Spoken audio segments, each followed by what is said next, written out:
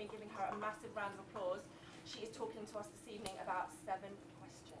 Round of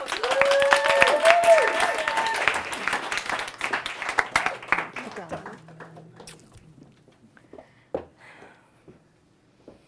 I'm going to take some grounding breaths now.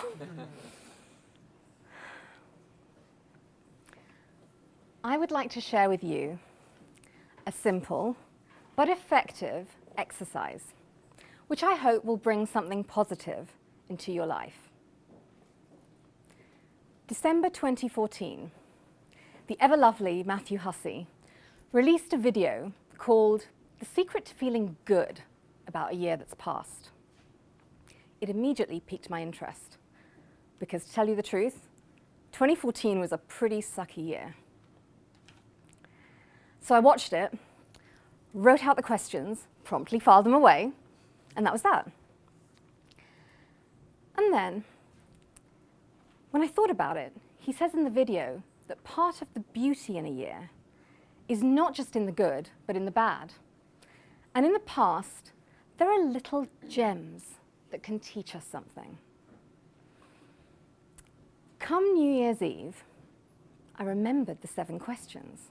And I thought, aha, today is the perfect day to do them. So, sat down, turned off all distractions, no TV, no phone, and I sat there and I answered them one by one, as openly and as honestly as I could. So pens out if you want to write these down. Question number 1, what have you achieved? What are you proud of? Number 2, what are you grateful for? 3, who are you grateful for? Who loves you? Who's still around? 4, what experiences have you had? 5, what lessons have you learned? 6, what worked and what didn't work? And 7, what negative things had happened? Now, in doing this exercise, 3 surprising things happened. Firstly, it gave me a new perspective on 2014, which I'd previously regarded as the year of endurance. Had a breakup, 2 bereavements, Dad had health issues, and I was in physical pain for most of it. But when I looked back on my answers, I was amazed and actually overwhelmed at all the good there was in the year. And I started to see it as actually a tapestry in which the good and the bad, they were equally intertwined. Secondly, by answering them in order, which I think is the key, by the time I got to number 7, what negative things had happened, they didn't sting and wound me like they had before. And in fact, I felt positively lighter. But by far the most surprising thing was that by expelling the mental and emotional cobwebs from my mind, I created space. And as you know, that opens the door to the new. 8 days after doing this exercise, I got approached about a job. And 2 weeks after that, it was my first day at work. And I know that this mental decluttering was instrumental in me not only securing the job, but being able to engage in it wholeheartedly. Fast forward to New Year's Eve 2015, and this is now my favorite ritual. And I guarantee that it will give you joy as you uncover this treasure trove of memories like I did last night. So why am I telling you this when we're 3 months into the new year? Well, because I believe these 7 questions can be used at any time. Maybe you have come out of a bad relationship. Or maybe you're coming up to a birthday milestone or otherwise. Or maybe you're about to embark on an exciting new chapter in your life. These are a great way of taking stock and unshackling yourself from the baggage of the past so that you can be free and energized as you move forward. So to conclude, I invite you to give yourself a gift. Set an hour aside, somewhere quiet, and answer these questions with an open heart.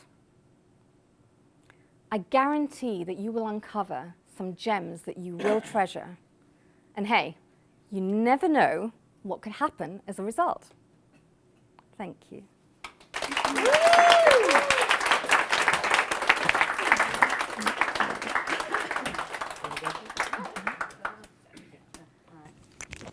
Oh, hello. I like that. Thank you very much. Couple of things. Us women, more than men, we have a little bit of a tendency to do this, or sometimes, I'm so short, I forget, that you have to sometimes sink into hips. You have an amazing presence, but you're just doing a bit of this. And one of the things that may or may not help you, and that's completely up to you, is perhaps utilise a little bit of movement here and there. Because with a little bit of movement, actually, I think it will just ground you again, and also it will break up your story a little bit more, which I think may well help you, because just a little bit of this, it's just one of those things that slightly detracts away from your powerful message that you had. Thank you. Another piece for me was, if you're giving a list and you ask people write it down, give everybody enough time to write it down. You went point 1, point 2, point 3, point 4, point 5, point 6. I'm so going to get this in this 5 minutes. Great, moving on. Well, actually, I was going to say afterwards that I know I went really fast, and so if you want to hear the questions again, come to me, and I'm sure it'll be posted in the group. Yeah. But I didn't have time to say all that in the 5 minutes. Yeah. You know, so just hearing that as a 5-minute piece, Yeah. just maybe give us a bit of a pause or say that, you know, Yeah. that would have helped. And there was one other piece. You have a beautiful voice and a beautiful speaking voice for radio. And if you're not doing that, you should think about doing that. Good. And the other piece that I would say is that with that beautiful tone that you have for radio, just be aware that if you were doing a talk, and when you are doing a talk for an hour, make sure there's lots of tone and a bit of change. Just at the end, you went, hey! And I was like, oh, cool. Yeah. And it's those vocal variations for me that would keep me with you for an hour if you were doing a talk. But definitely go and do radio. Thank you. Amazing. Okay. Emma really pretty much stole my feedback. So what I will add, because that's what I was going to pick up on, is now you've become, so when you came you were raw, like this Yeah. raw. Now we've chiseled away at you, become this diamond, right? And you're shining. But it's too controlled now. There's no like, it's almost like I know what I'm going to say each single word, and I want to see a little bit of that rough coming out here and there. That little bit. And it's interesting because it's brilliant. It's not to take away how good it is, but it's like, this is so controlled. And I just want to, something that makes us human as a speaker is like, oh no, she burped, or oh no, you know? But you see what I mean? And like, like Lizzie going wrong. It's like, I'm human. And just see that moment that's just like, okay, she's still human and a speaker. So it's a funny one because we work so hard to be so controlled, but it's almost like being controlled in a way that if it goes wrong, you can still maintain your composure, but you still have a little bit of rough to you. Does that make sense? Yeah. Okay, great. That's my feedback. Can you burp on cue? Yeah. Find a thing. I have to say, I really feel like I've been on a bit of a journey with you because I saw you back ages ago when, like Elliot said, you were raw and, kind of fumbling around and kind of finding yourself. And then I saw you the second time. And the progress that you made that second time was astounding. I was so impressed. And again, it's just, it's gone through the roof. I mean, words I've written down here are assured, confident, grounded, professional, human, accessible, heart, enchanting, emotional, engaging. And I think, no, it's true. That's my experience of it. And I think my experience is a truth. You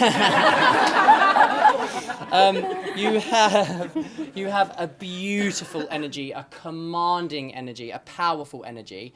You're what I call an inspirational speaker. You make me want to do what you're telling me to do, and I'm going to do it. Yes. Just a little thing picking up on what Elliot said is with the rhythm of speech. We can get a little lulled into repetitive rhythms, and we all have our own rhythm of speech, but depending on our culture, our accent, and our comfort patterns. So your comfort rhythm, because I'm a musician, I hear rhythms and pitch, is da da da da da da, da da da da da da da. Okay. And da da da. Do you know what I mean? Did you hear it? Da da da da da da da da. da da da da da da, and it's just a very subliminal way of us going and not really listening but hearing. And so just be bold, and this is something to practice at home, and everyone will benefit from this. I've said it before and I'll say it again. If you want to speak on stage, you must learn and practice poetry, because it gives you rhythm, inflection, it gives you variety. Variety is the key to speaking. So when you're speaking, practice going up there when you ask a question, and practice going down there. And what about this? And a bit of rhythm, and 1, 2, 3, 4. And what about that? Yeah? So just really play with that musicality. I think I said that to you last time as well. Really, that is one key for you, because we don't want to get lulled. Now, sorry, I'm taking ages, but I've got a lot to say, and just 2 more points. Every time I've heard you speak, it's been incredibly inspiring, really heartfelt, and very emotional. But I'm not sure what your thing is. Like, I'm not sure what my thing is. Okay, I speak for the pure fun and joy of it. Because you love it. Because I'm picking up, because this is about what Elliot, like, are you selling something? Is there something you want us to do? No, not selling anything. You just want to inspire us and change and help us. Great. Well, I love that then. So if that's what you're doing it perfectly, and carry on.